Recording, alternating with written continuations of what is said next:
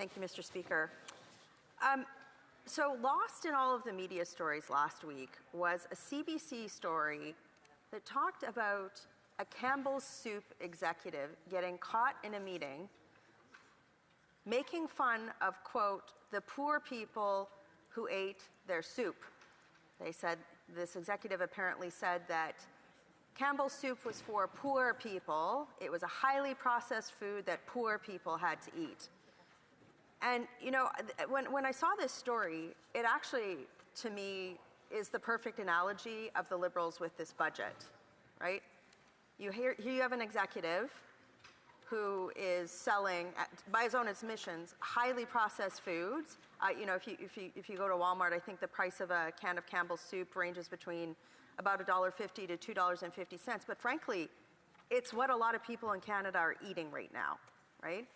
But you have this executive making fun of the people, the poor plebes who have to eat a can of Campbell's soup.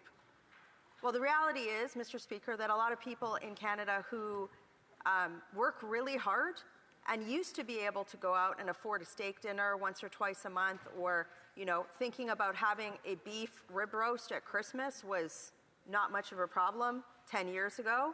Those people are now the people who are eating Campbell's soup.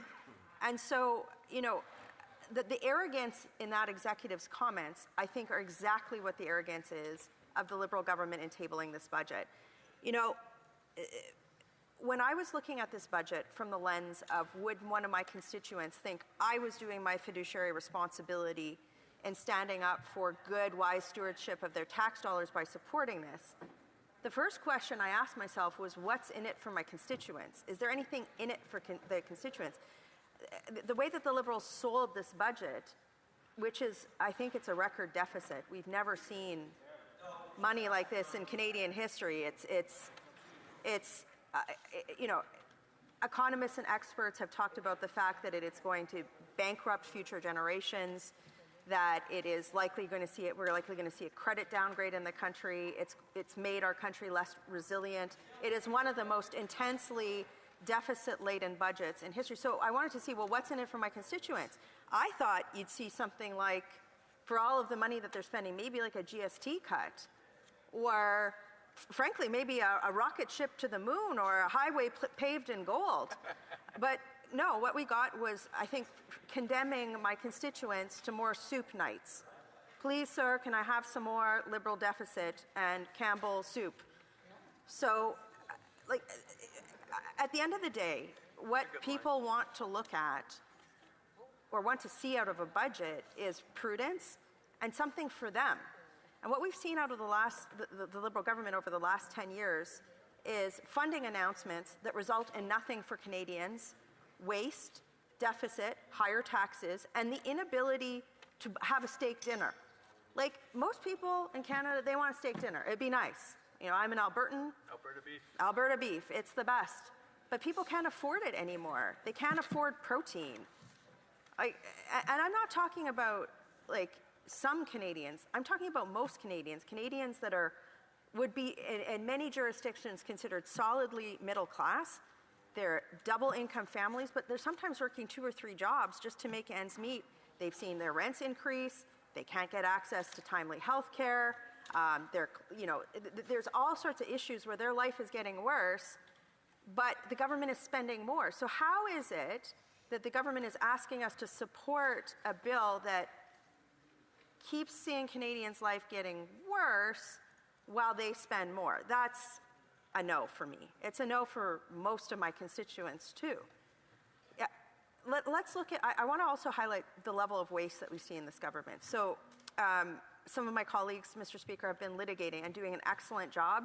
Our shadow minister for industry, for example, she's been doing a great job litigating the fact that the Liberals spent what I'm looking, $13-14 billion on Stellantis, right? 15 billion dollars, and they just left the country. Well, yesterday, guess where Stellantis was? In the White House. And you know what they were saying? We're investing $13 billion in the United States, a direct transfer from Canadian taxpayers to the United States of America, while rich Campbell lobbyists that I'm sure are probably friends with some of these guys across the aisle are talking about people who have to eat their soup. I don't think Canadians should be condemned to eating soup. They should have choice in food. There was a startling report today that showed that next year, an average Canadian family is going to have to pay at a minimum an extra $1,000 for basic groceries. That's on top of the already huge increase in food prices. You know, in the province of Alberta, in my riding, food banks are at an all-time high. In Alberta, the 127 reporting food banks were visited 210,000 times, a jump of 21.8% compared to last year, and 134% since 2019. So you have this budget here where the government is dumping billions and billions, endless dollars into corporate lobbyists, corporations that aren't even trying to keep the job. They didn't even bother reading the contracts. And meanwhile, it's let's have some highly processed soup for dinner. There's nothing in the budget for Canadians, nothing. There's a lot for the Liberals' rich friends. There's a lot for rich corporations that have other benefits, like regulatory benefits that keep things like cell phone bills high. The layers of ways that the Liberals screw the average Canadian between regulatory capture, just forking out direct cash to their friends, the levels of way that they screw Canadians is so magnificently bad.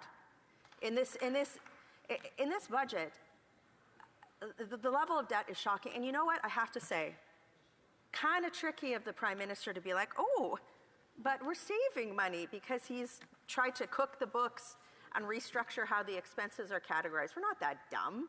I mean, he might think he is. That's how he treats some of his cabinet ministers or journalists when he tells them to look inside themselves instead of answering the questions. But that level of arrogance is not going to get my constituents to be able to go out for a nice dinner or just afford basic groceries. The other thing, I'm the Shadow Minister for Immigration. I have never seen a more incompetent immigration minister in this Liberal government's history, and that's saying a lot. And through this budget, they are continuing immigration levels that are unsustainable. There aren't enough houses for people in Canada right now. There's not enough doctors. There aren't enough jobs, and yet they are juicing these numbers. In one bill in front of the House of Commons right now, in fact, Bill C-12, they're trying to give themselves powers to mass extend temporary resident visas. We have an amendment that I hope the government will support on that front. But everything is about increasing the size of government, increasing the largesse to their corporate friends, and increasing the population in unsustainable ways through immigration. And what my constituents are left having a can of soup that an executive of the company already calls not nutritious and highly processed. I mean, come on. At a bare minimum, in a G7 country, people should have more to look forward to than, a bare cupboard at night. And I know there are people in my community, which was once, very well off, that they've lost their houses. There are parts of my community now where there's homelessness is a problem in a big way, and people can't afford to make ends meet. I know there's seniors in my community that thought they were going to have a safe retirement who now can't afford to buy groceries. And what they're asking us to support 60, 70, how many billion dollars? That's $78 billion when a company that they just gave $15 billion to just transferred $13 billion of it to the United States. Come on. Something has to give. The Prime Minister told Canadians that he would be the person who could better manage Canada's finances. All he did was rack up debt on the credit card. He's not the only economist in this room. And his economic policy in here is bad. It's failed socialist policy that doesn't benefit anybody. So no, I don't support this budget. And Mr. Speaker, nor should anyone else in this House. Thank you. Comments, questions et commentaires. L'honorable secrétaire parlementaire du ministre. The Honourable Parliamentary Secretary to the Minister of Public Safety. Non, pardon. C'était le secrétaire parlementaire au ministre de la Sécurité No, publique. sorry. The Parliamentary Secretary to the Minister of Public Safety. That is whose turn it is.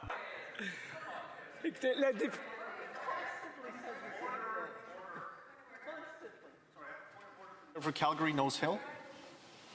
House Leader or Deputy House Leader, whatever his title is, just told you to shut up, Mr. Speaker. That's what he did. He should apologize. I did not hear anything. I assure the members, even if a member told me to quiet down and use some other terms, I would not. But I did recognize the Parliamentary Secretary to the Minister of Public Safety for questions and comments. Merci, Monsieur le Président. Thank you, Mr. Speaker. My honourable colleague will, of course, also have the opportunity to ask a question. The member for Calgary-Nose Hill asks, what's in the budget for her constituents? Well, I'll keep it simple.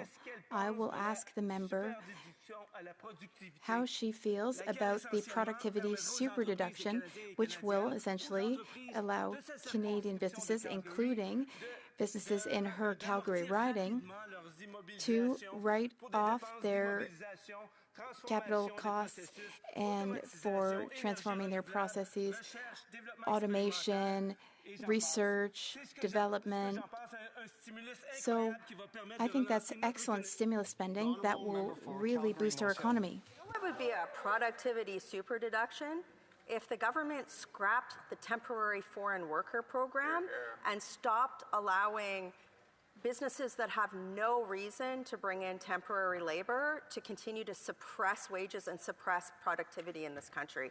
When I think about how badly the government has distorted productivity measures by allowing literally millions of temporary foreign workers into this country, which also take opportunities from Canadian youth, that's probably one of the key productivity drivers in this country. Yet my colleague across the way wants my constituents to pay more for basic common sense. No, of course not. Questions and comments. Questions et commentaires. L'honorable député de Beau. The honourable member for Beauharnois, Salaberry-Soulanges, Huntington. Thank you very much, Mr. Speaker. I appreciate my colleague's speech. I know that she is an expert when it comes to immigration.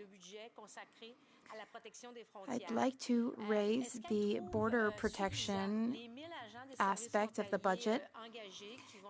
Does she find that the agents who will be hired over 3 years will be enough to guarantee safety at our borders?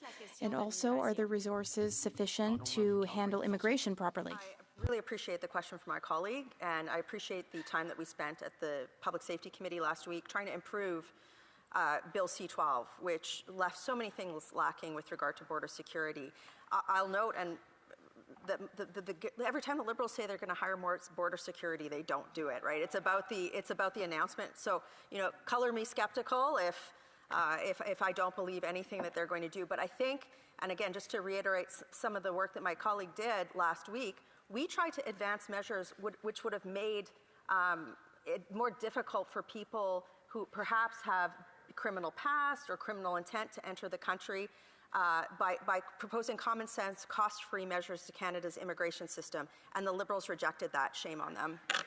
Questions and comments. Questions et commentaires. The honourable member for Windsor West.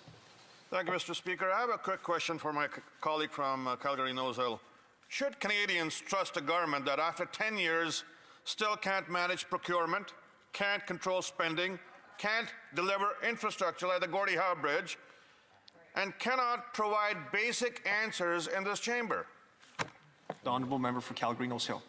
It is so exciting to see a Conservative be elected in Windsor. It's awesome. And you know why? Because my colleague is standing up for jobs in his community. So while the Liberals are spending tens of billions of dollars to companies that take investments with no job guarantees to other countries, he's standing up and saying, no, I'm going to actually protect the auto sector in my riding. So kudos to him, and no, of course we shouldn't trust the Liberals. Great work from Windsor with that guy. Questions and comments. Questions et commentaires. The Honourable Parliamentary Secretary, the Government House Leader, a short one.